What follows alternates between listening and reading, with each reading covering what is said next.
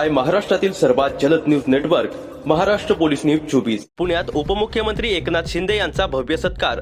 Doctor Babasaheb Ambedkar सांस्कृतिक स्मारक समिती पुणे यांच्या वतीने हा सत्कार पुणे एअरपोर्ट येथे करण्यात आला।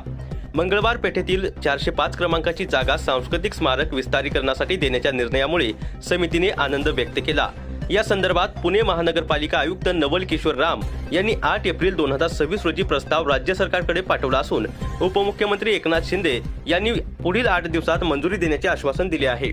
तसेच या स्मारकासाठी आवश्यक निधी राज्य शासन देणार असून उर्वरित निधी पुणे महानगरपालिकेकडून उपलब्ध करून दिला जाणार आहे। या कामात विधान परिषद उपसभापती डॉक्टर नीलमताई गोरे यांचेही मोलाचे सहकार्य लाभले आहे।